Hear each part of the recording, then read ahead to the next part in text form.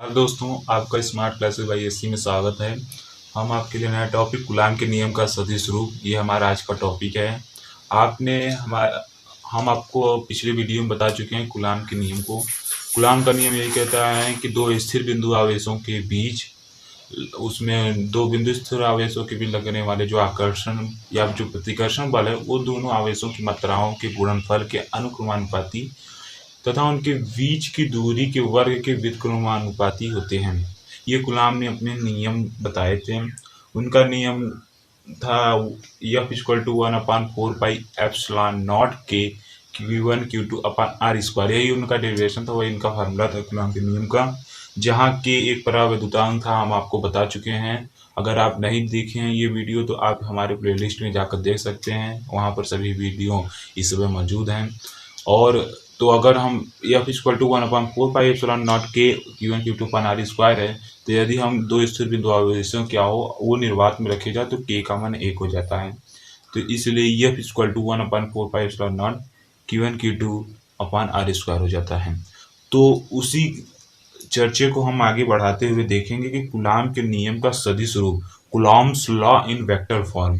सदिश आप जानते ही हैं, तो सदिश आप जानते ही हैं ना, कि जिसमें परिमाण और दिशा दोनों होती है, सिंपल सी भाषा में। तो ठीक है, हम आपको बताते हैं कि कूलाम के नियम का सदिश रूप क्या है। ठीक है, जैसे हमने माना कोई Q1 Q2 दो बिंदु आवेश हैं और वो बिंदुओं A व B के बीच निर्वात में रखे गए हैं, उनके बीच की दूरी r है। ठीक है दोस्तों, देखिए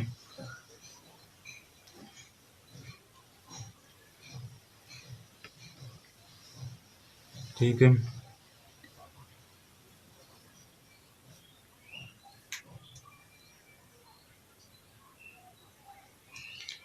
ये Q1 है, ये Q2 है, ये दोनों हैं। ठीक है दोस्तों, ये दोनों एक दूसरे से r दूरी पर स्थित है। ठीक है, तो Q1 के द्वारा Q1 के कारण Q2 पर लगने वाला जो बल होगा वो F21 होगा, और सदिश राशि है, सदिश पढ़ रहे हैं ना, तो इसे इसे डिनोट करते हैं सदिश को। तो Q2 के कारण Q1 पर बल, तो ये क्या हो जाएगा, F12 हो जाएगा। ठीक है, तो एक तरह से आप देख सकते हैं कि हम आपको बता दें कि जैसे ये हो गया F12, तो आप इसे याद कर सकते हैं, इसे आप एक तरह से बाई और इसे ऑन ऐसे याद कर सकते हैं इसको। बाई ऑन का मतलब दोस्तों कि जैसे ये बाई माने द्वारा, ऑन माने पर, यानी इसके द्वारा इस पर फोर्स, F माने फोर्स, तो इसके द्वारा इस पर फोर्स लगाया जा रहा है। तो यही दोस्तों आप इस तरह से इसे याद कर सकते हैं, एक तरह से हमने आपको याद करने का ट्रिक बताया इसे। ठीक है, तो Q1 के कारण जो बिंदु आवेश Q1 है वो Q2 पर जो बल लगाता है तो वेक्टर F21, और Q2 के कारण जो Q1 बल लगाता है ये वो F12 है। माना Q1 की दूरी O से R1 है, ये R2। तो दोस्तों इसका क्या हो जाएगा, तो अगर देखा जाए इन दोनों की Q1 और Q2 का, तो सदिश रूप में देखा जाए तो इनका हो जाता है R12 इक्वल टू, अगर इन्हें देखा जाए परिमाण, तो R2 माइनस R1। सदिश का आप पढ़े होंगे नियम, योग नियम, गुणक नियम, तो उसी के आधार पे है। तो F12 Q1 Q2 ये सब हमारे कुछ हो गए हैं, घटक हो गए हैं। तो अब आपको बता दें कि कूलाम के नियम का सदिश रूप, उसका डेरिवेशन कर दें। तो हमने आपको बताया कि हमने कोई Q1 Q2 का दो बिंदु आवेश ले लिया, यही है। ठीक है, और वो O से ऐसे R1 और R2 दूरियों पर क्रमशः रखी गई हैं। तो Q1 के कारण Q2 पर लगा बल F21 और Q2 के कारण Q1 पर लगा बल F12 है। ठीक है, तो हम कूलाम के नियम का उपयोग करेंगे इसमें। ठीक है, आपको एक तरीके से पहले बता दें कूलाम के नियम। तो कूलाम का नियम, कूलाम का नियम यही बता दें, F equal to 1/4πε0 Q1 Q2 upon R square, यही होता है। ये कूलाम का नियम है, इसे आप याद रखिएगा। तो अब हम पहले देख रहे हैं Q1 के कारण Q2 पर लगने वाला बल क्या है, F21 है। ये डायरेक्शन बता दिया है। तो इसमें हम पहले देखेंगे, तो यहाँ लिख दे रहा हूं मैं, Q1 के कारण Q2 पर लगने वाला बल। ठीक है दोस्तों, तो Q1 के कारण Q2 पर लगने वाला बल क्या हमने यहाँ पर पाया है, F12।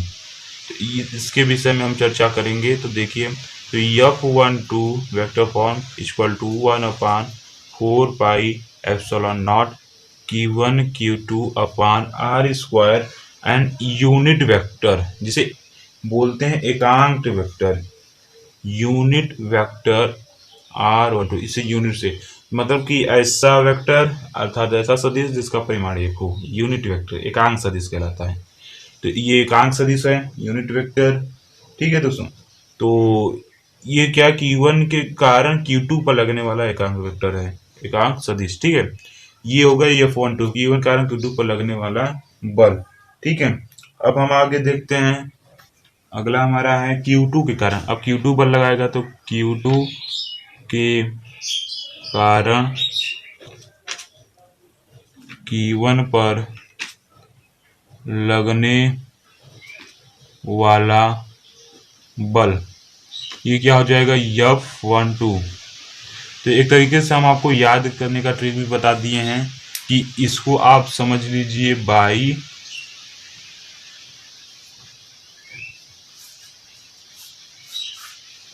और इसको समझ लीजिए ऑन। सॉरी दोस्तों, ये 2 और 1 होगा, यहाँ पर 1 होगा, यहाँ 2, तो यहाँ पर ऑन, तो F21 हो जाएगा। ये 2 होगा, ये 2 हो जाएगा, ये 1 हो जाएगा। तो ये तो बाई यानी 2 से 1 पर बल, यानी 2 क्या है, जो दूसरा बिंदु आवेश है उसके कारण पहले बिंदु आवेश पर लगा हुआ बल, F21 सदिश के साथ। ठीक है, तो ये क्या हो जाएगा, vector F12 equal to 1/4 pi epsilon naught Q1 Q2 upon R square.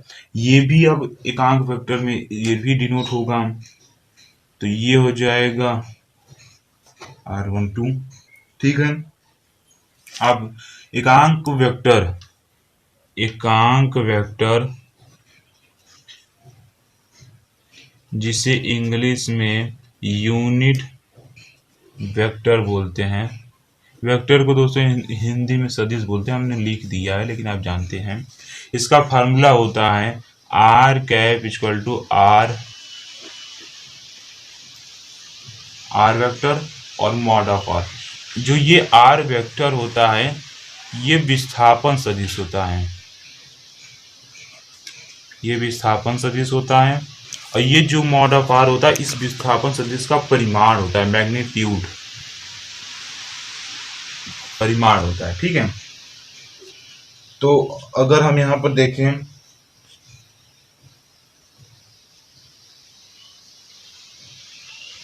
अगर यहाँ पर हम देखें कि अगर हम यहाँ पर R12 कर दें तो यहाँ भी 12 हो जाएगा और यहाँ नीचे भी 12 हो जाएगा, हुआ।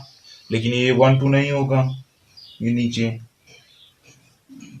इसे हम R ही मानेंगे। ठीक है, R। इसके बाद अगर हम देखते हैं कि अगर हम यहाँ 21 रख देते हैं तो R21, तो ये R ही रहेगा। ठीक है, हम R ही मानते हैं।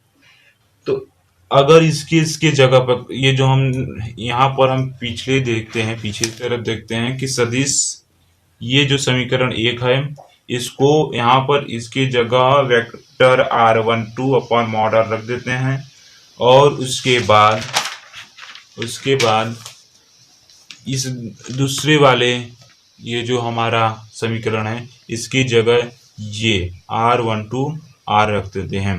तो पहले समीकरण 1 से देखते हैं, F21 equal to 1/4 pi epsilon naught Q1 Q2 upon R square vector R Q1 upon R। Mod of R, कोई भी निगेटिव नंबर अगर मॉड के बाहर आता है तो वो पॉजिटिव रहता है, अगर पॉजिटिव आता है तो वो ऑलवेज पॉजिटिव ही है। ठीक है, ये हो गया समीकरण नंबर 3। अब समीकरण नंबर 2 से देखते हैं हम। ये हो जाएगा F12 1/4 pi epsilon naught Q1 Q2 upon R square, ये R12 R हो गया। ठीक है दोस्तों, आपको एक चीज़ हम बता दें, यहाँ पर यहीं पर बता दे रहा हूँ, देख लीजिए ध्यान से। आपको हमारे एक एक टॉपिक, एक एक पॉइंट, एक एक सब कुछ अच्छे से बता रहे हैं जिससे आपको कोई तकलीफ ना हो, और हमारा यही आशा है कि आप कुछ न कुछ इससे अवश्य सीखेंगे और अपने ज्ञान को और ज्ञान के समुद्र को और बढ़ाएंगे। ठीक है, तो देखिए जैसे हमने देखा कि R12 ये था R2 माइनस R1, सदिश का नियम फॉलो हुआ। तो अगर हम देखते हैं R21 तो ये होता है R1 माइनस R2। ठीक है, तो अगर हम यहाँ पर देखें, अब यहाँ पर देखें कि R12 यहाँ पर माइनस कॉमन ले लें, क्योंकि सदिश हमेशा चिन्ह के साथ चाहे। तो R1 माइनस R2, दिशा बदली तो ऋणात्मक, तुरंत विपरीत साइन आने लगता है। तो ये देखिए दोस्तों, ये इसके बराबर है, तो माइनस R21 हो जाएगा, वेक्टर माइनस वेक्टर R21 हो जाएगा। इसका मतलब कि जो R12 है ये बराबर होता है माइनस वेक्टर R21 के। ठीक है, तो हम लिख देते हैं F12 equal to 1/4 pi epsilon naught Q1 Q2 upon R square. यहाँ माइनस लगाएंगे तो हम बाहर कर दे रहे हैं सबसे, यहाँ R21 R। देखिए दोस्तों, अगर हम इसे देखें तो ये इसके बराबर है। तो समीकरण 3 से हम देखेंगे, ठीक है दोस्तों, समीकरण 3 से देखेंगे तो हम पाएंगे F12 vector form minus F21, यही हमें प्राप्त होता है। ठीक है, तो आपको हम बता दें, फिर से आपको कुछ न कुछ बता दें कूलाम के नियम के सदिश रूप में। ठीक है, तो हमने पहले क्या किया, आप निश्चित रहिए, आपको ये अवश्य आ जाएगा, इसमें आपको कोई टेंशन लेने वाली बात नहीं है। बस अब ध्यान से हमारी बातों को सुनिए और हमारे चैनल को सब्सक्राइब, लाइक, शेयर करिए, जिससे हम जो भी वीडियो आपको भेजें तो आपके तहत जल्दी से आपके पास पहुंच जाएं और आप कुछ ना कुछ जरूर सीखें इस दौर में, जिससे आप आगे निकल सके दूसरों से। तो हम आपको बता रहे हैं कूलाम के नियम का सदिश रूप हम बताएं विस्तृत रूप से, थोड़ा सा हम शॉर्टकट में आपको फिर से वापस बता दें कि हमने क्या बताया। हमने क्या किया कि पहले Q1 Q2 दो बिंदु आवेश ले लिए जो कि निर्वात में रखे गए थे। चूंकि O से एक ओरिजिनल पॉइंट प्रारंभिक बिंदु माना जाता है, आप जानते होंगे प्रारंभिक बिंदु आप जानते होंगे। अब एक प्रारंभिक सदिश जानते होंगे, एक चीज आपको हम बता दें, आप नहीं जानते होंगे, शायद भी जानते होंगे, जैसे AB सदिश हो गया तो ये हमेशा होता है OB माइनस OA। अगर आप मैथमेटिक्स से हैं या कक्षा 11 में आपने सदिश अच्छे से पढ़ा है, अगर नहीं भी पढ़ा है तो आप अगर क्लास 12 में मैथमेटिक्स से हैं तो आपको चैप्टर 10th में जो सदिश का है वेक्टर, उसमें आपको इसे पढ़ना पड़ेगा, ये प्रारंभिक सदिश। हम आपको मैथ के भी सब्जेक्ट बताएंगे आगे चल के, तो ठीक है, ये आप महत्वपूर्ण रखिएगा। तो ये OB माइनस हो, उसी के आधार पे तो देखिए जो बिंदु आवेश हमने माना Q1 Q2 निर्वात में रखे गए थे, तो Q1 के कारण Q2 पर लगने वाला बल जो है वो था F12। Q1 के कारण Q2 पर लगने वाला बल F21। आपको हम बता दें कि जब जैसे हमने कहा कि Q1 के कारण लगने वाला बल Q2, तो F21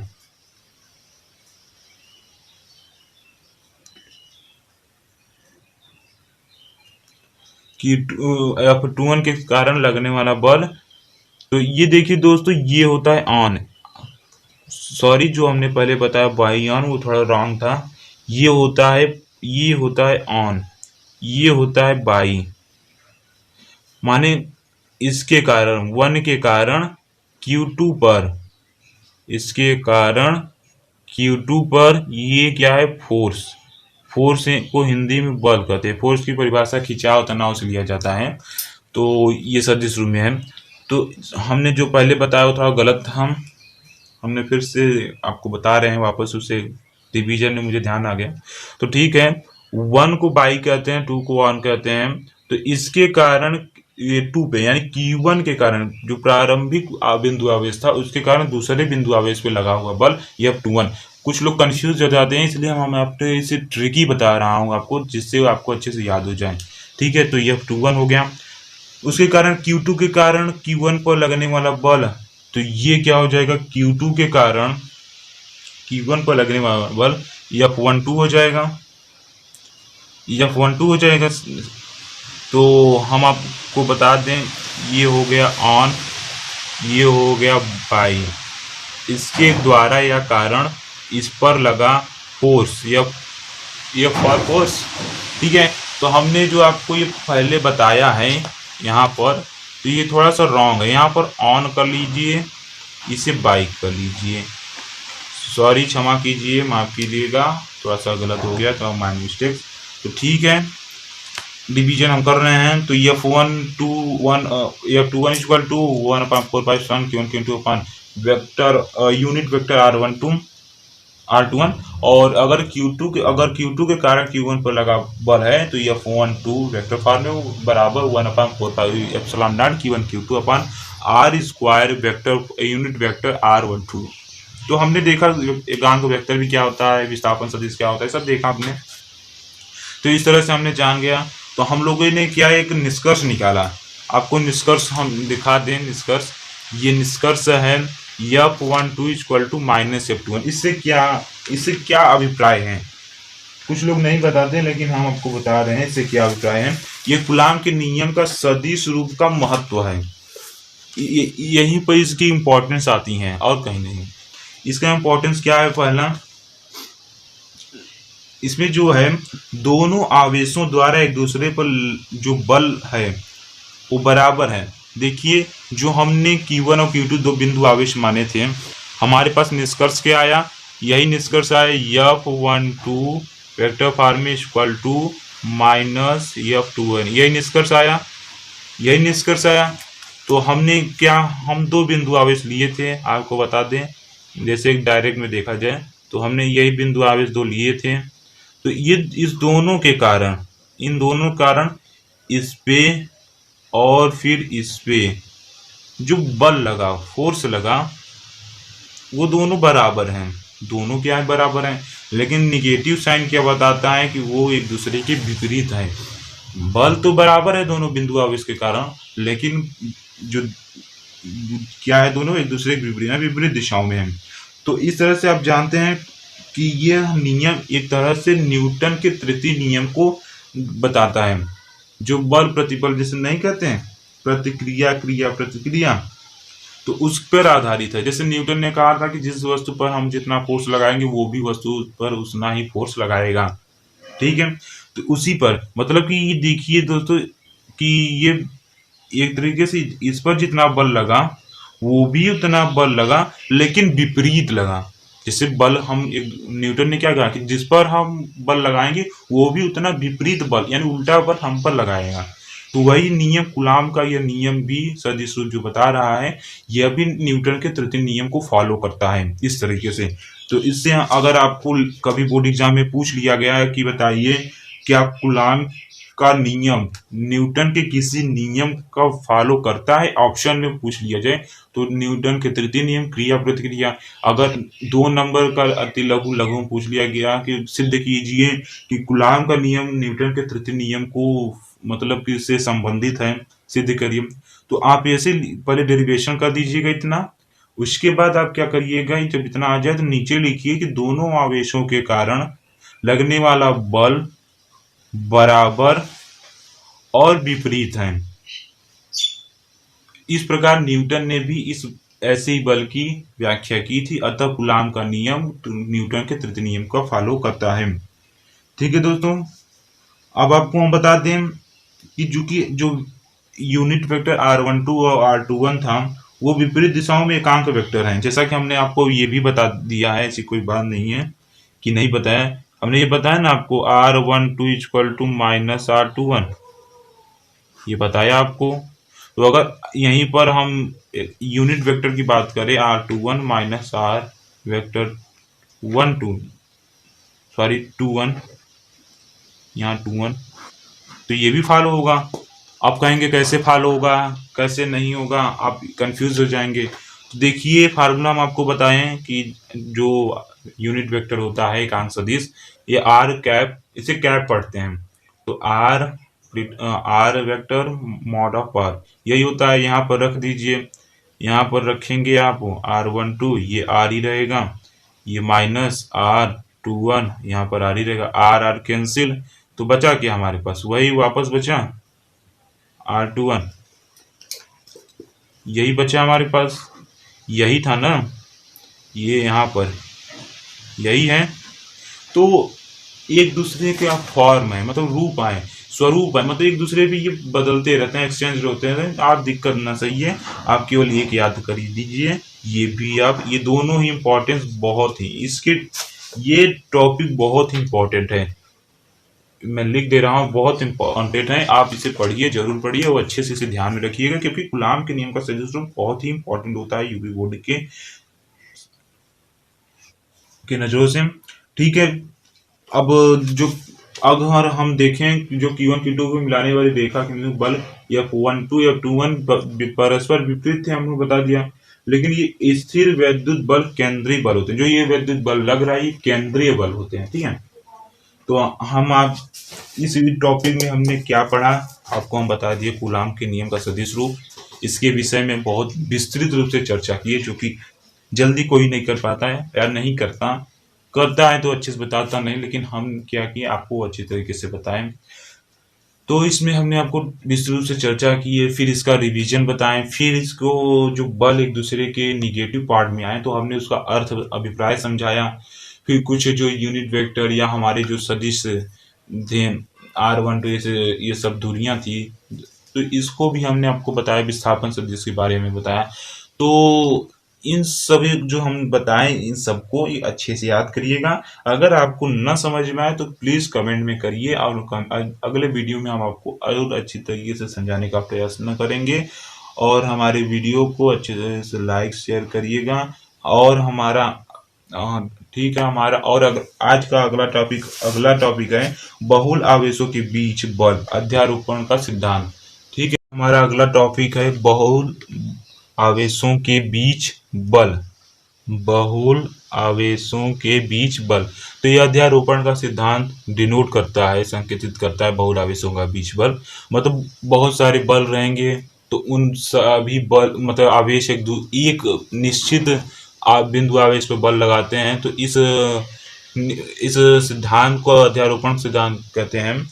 तो आइए क्या होता है अध्यारोपण सिद्धांत, उसे समझें कि यदि किसी निकाय या सिस्टम में अनेक आवेश हों, यानी बहुत सारे चार्ज हों, तो उनमें से किसी एक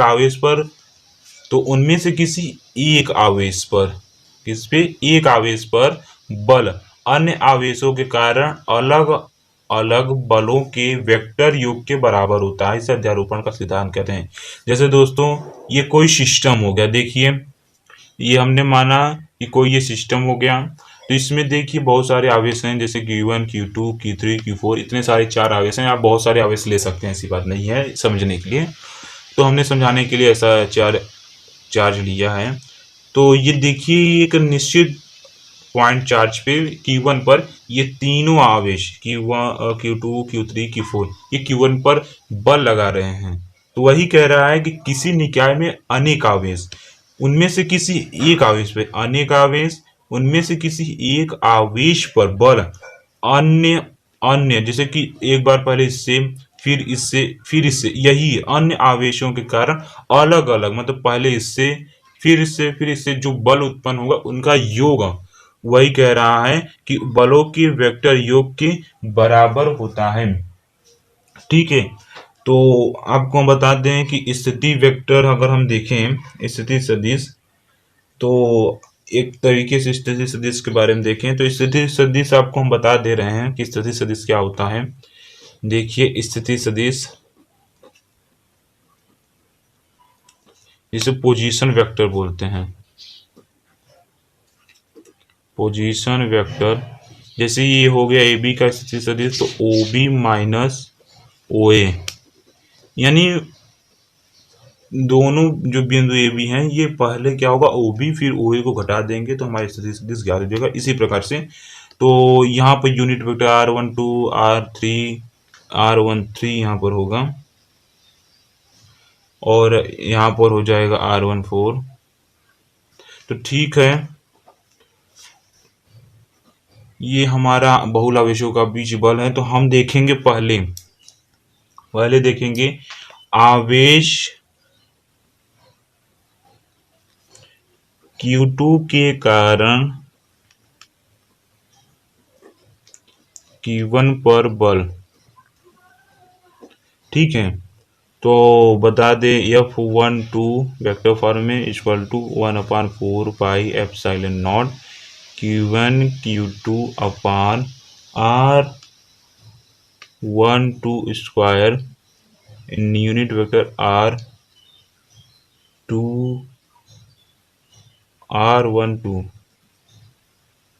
ठीक है, यहाँ पर यूनिट वेक्टर R12, यहाँ भी R12, क्योंकि अलग अलग दूरियों से हो रहा है ना, एक समान दूरी तो थी नहीं उसमें, जो हमने आपको सदिश रूप बताया उसमें समान था इसलिए R माना, लेकिन इसमें अलग अलग दूरियां, जैसे यहाँ पर अलग दूरी है, यहाँ पर अलग दूरी है, तो इसी तरह तो यह आवेश Q2 के कारण यानी इस पे बल, तो F12 हो गया जैसे on by 1/4 Q1 Q2 R12 का स्क्वायर फिर यूनिट वेक्टर R12। ठीक है, फिर हमारा फिर हमारा फिर आवेश Q2 के कारण आवेश Q3 के कारण Q1 पर बल, यानी अब आवेश Q3 जो है वो Q1 पर बल लगा रहा है, तो इसका क्या हो जाएगा 1F13 equal to 1/4 pi epsilon naught Q1 Q3 upon R13 का square and unit vector R13। ठीक है, अब आवेश Q, ठीक है, अब आवेश Q1 Q4 के कारण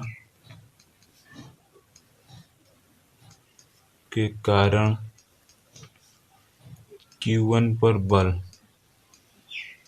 हम आपको 3 आवेश लेकर हम आपको समझा दे रहे हैं। आप 5-6 और सारे आवेश ले सकते हैं, बहुत सारे, जिससे आप समझ सकते हैं। तो हम आपको समझाने के लिए इतने आवेश लिए हैं। ठीक है, तो Q4 के कारण अब क्या लग रहा है, Q1 पर बल लग रहा है, तो ये हो जाएगा F14 equal to 1/4 pi epsilon naught Q1 Q4 upon R14 square, यहाँ पर स्क्वायर रहेगा, फिर यहाँ पर यूनिट वेक्टर R14 यही होगा। ठीक है दोस्तों, ये होगा। अब क्या देखते हैं अध्यारोपण के सिद्धांत को। अध्यारोपण के सिद्धांत से क्या है कि अध्यारोपण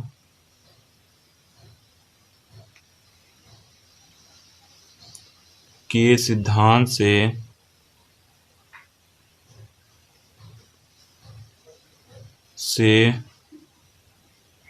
सभी अन्य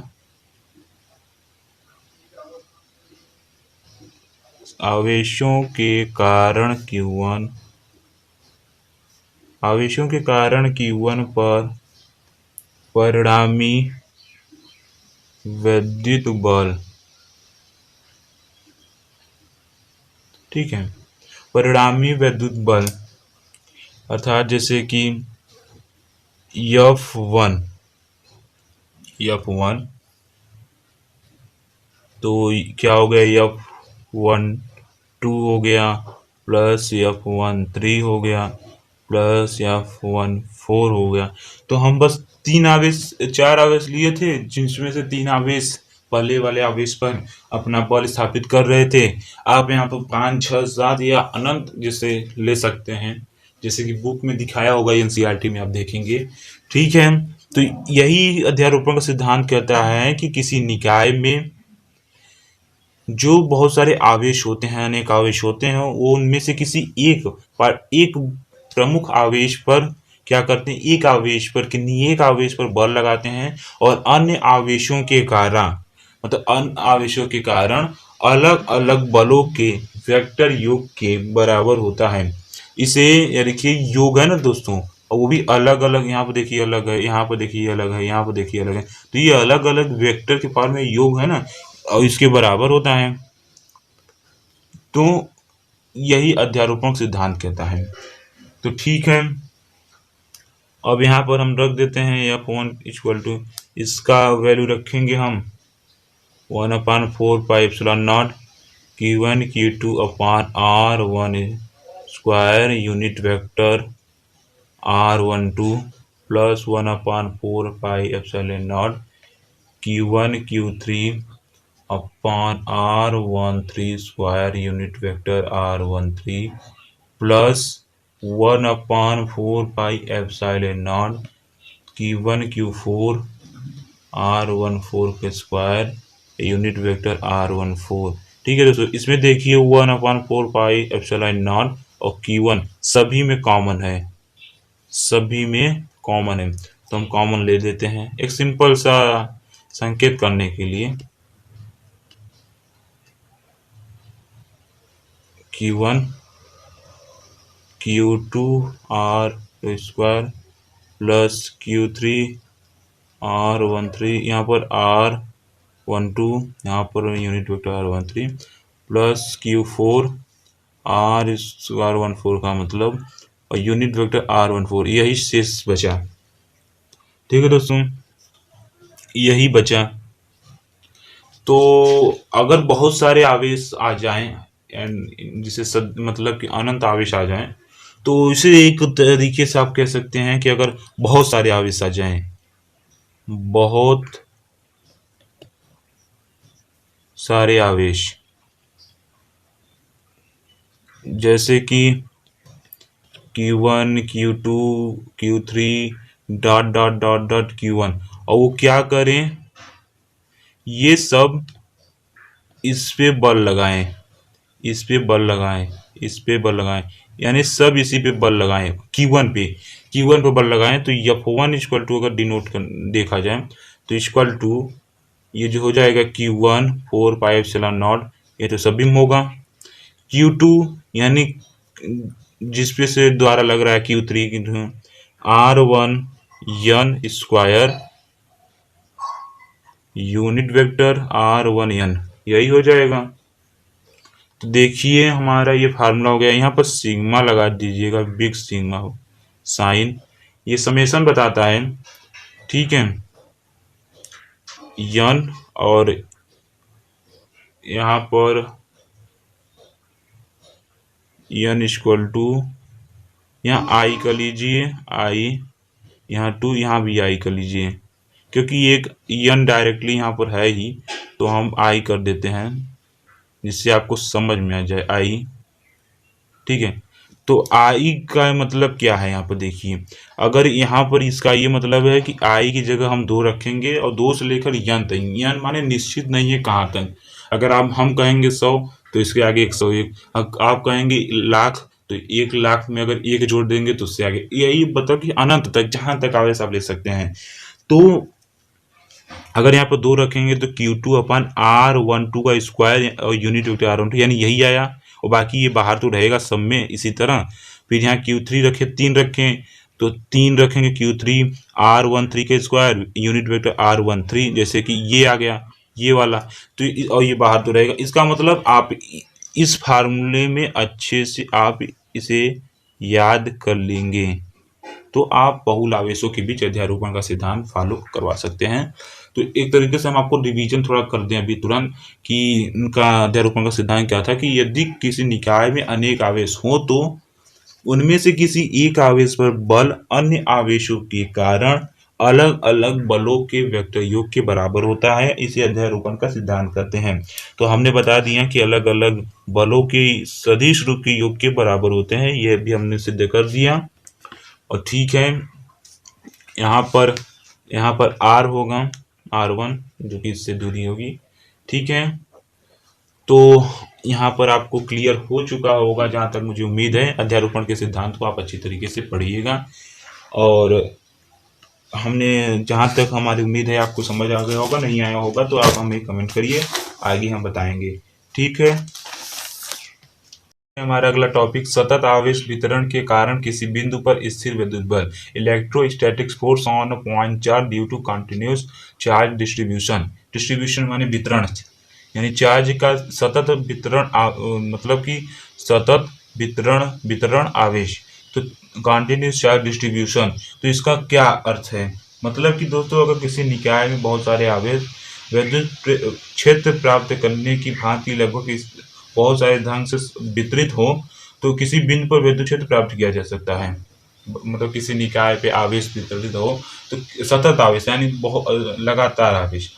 तो यह सतत आवेश वितरण 3 प्रकार से हो सकता है। जैसे 3 प्रकार का होता ही है। पहला होता है रैखिक आवेश वितरण, लीनियर चार्ज डिस्ट्रीब्यूशन। माना है कि कोई रेखीय आवेश मतलब कि घनत्व लंबाई है, तो इसका देखिए दोस्तों ये अवयव खंड डीएल है, माने इस लंबाई का एक अल्पांश भाग है जिसे डीएल से व्यक्त किए हैं। तो ये 3D डायमेंशन में है। तो ठीक है, ये एक लंबाई तार है, एक सतत आवेश लंबा तार है जिसमें से ये जो डीएल है इस तार का एक अवयव खंड है, सूक्ष्म मतलब बहुत अल्पांश लंबाई है। और दोस्तों इतना याद रखिए रैखिक आवेश वितरण को लैम्डा से प्रदर्शित करते हैं। इससे बहुत ही इम्पोर्टेंट चीज है, आप इसे याद रखिए कि रैखिक आवेश वितरण या रैखिक आवेश घनत्व को, इसे घनत्व भी कहते हैं कभी कभी, इसे लैम्डा से प्रदर्शित करते हैं। इसका फार्मूला होता है lambda equal to D Q upon DL. Lambda equal to D Q upon DL. अगर इसकी मात्रक कोई पूछ ले तो बता दीजिएगा कूलाम प्रति मीटर। दोस्तों आपको यहाँ पर लिख दे रहा हूँ, वेरी इंपॉर्टेंट टॉपिक है, बहुत इंपॉर्टेंट टॉपिक है। फार्मूला के तहत भी और यूपी बोर्ड से पूछे जाने की तहत से भी न्यूमेरिकल भी बन सकता है इसमें अति लघु ऑप्शनल में, या तो अति लघु में कुछ नोट्स के फॉर्म में पूछ सकता है रिटेन करने के लिए। तो ये फार्मूला बहुत इंपॉर्टेंट है, इसे याद कर लीजिएगा। तो यहाँ पर देखिए कि कोई मतलब सदिश ओरिजिन से यहाँ पे कोई सदिश विस्थापन सदिश है ये आर, दोनों ये इतनी इतनी दूरियों पर ये है। तो हम डायरेक्ट फार्मूला पे डिनोट करते हैं कि lambda equal to D Q upon D है, यानी अल्पांश लंबाई और अल्पांश आवेश इस पे जो वितरित है, यहाँ पर जो अल्पांश आवेश वितरित है उसका। तो ये हो जाएगा lambda equal to D Q upon D L coulomb प्रति मीटर। यहीं पर दूसरा नंबर होता है पृष्ठ आवेश वितरण, जिसे सरफेस चार्ज डिस्ट्रीब्यूशन कहते हैं। सरफेस मतलब पृष्ठ पे, तो किसी पृष्ठ पे जब आवेश वितरित हो तो उसे कैसे ज्ञात किया जा सकता है? इसे स्मॉल सिग्मा से प्रदर्शित किया जाता है। इसे याद रखिए कि इसे स्मॉल सिग्मा से प्रदर्शित करते हैं। तो इससे अगर हमें कैसे जाने पृष्ठ आवेश वितरण, तो इतना तो हमने आपको बता दिया कि इसे स्मॉल सिग्मा से प्रदर्शित करते हैं। तो यदि किसी पृष्ठ पर क्या हो आवेश सतत रूप से वितरित हो कंटिन्यू, जिसका पृष्ठ आवेश घनत्व, इसे पृष्ठ आवेश घनत्व भी कहते हैं, सिग्मा हो, तो पृष्ठ के जो सूक्ष्म पृष्ठ डीएस होता है, जैसे यहाँ पर डीएल हुआ डीएस भी होगा। तो ये दोस्तों ये sigma equal to D Q upon DS formula होता है, डी क्यू अपॉन डीएस। तो कुलाम जो है डी क्यू, चाहे कोई ऐसा भी हो तो कुलाम, और सरफेस यानी क्षेत्रफल, तो क्षेत्रफल का मात्रक मीटर स्क्वायर, तो इसका मात्रक से, ये भी इम्पोर्टेंट है, दोनों इम्पोर्टेंट है। ठीक है हमारा, ठीक है चला। ठीक है। हमारा ये डीएस हो गया, जैसा कि डीएल हुआ था वैसे ही डीएस यहाँ पर देखिए, इसमें सतत आवेश है, ये हमारा ये भाग है छोटा सा। इसी पे हमने क्या किया, पृष्ठ आवेश घनत्व को निकाला। जैसे स्मॉल सिग्मा को क्या बोलते हैं, पृष्ठीय आवेश घनत्व। लैम्डा को क्या बोलते हैं, रैखिक आवेश घनत्व। लैम्डा फार्मूला क्या होता है, lambda equal to del Q upon DL. मात्रक क्या होता है, कूलम प्रति मीटर होता है। पृष्ठीय आवेश घनत्व क्या होता है, पृष्ठ पर जो आवेश सतत रूप से रहता है, सतत रूप से वितरित रहता है। इसे किससे प्रदर्शित करते हैं, स्मॉल सिग्मा से प्रदर्शित करते हैं। इसका मात्रक क्या होता है, डी क्यू अपान डी एस होता है। मात्रक क्या होता है, कूलम प्रति मीटर स्क्वायर। फार्मूला क्या होता है, डी क्यू अपान डी एस। तो इसी तरह से हमारा तीसरा नंबर आता है आयतन आवेश वितरण। यही हमारा तीसरा नंबर आता है, आयतन आवेश वितरण, यानी वॉल्यूम चार्ज डिस्ट्रीब्यूशन, यानी अब आयतनिक पे।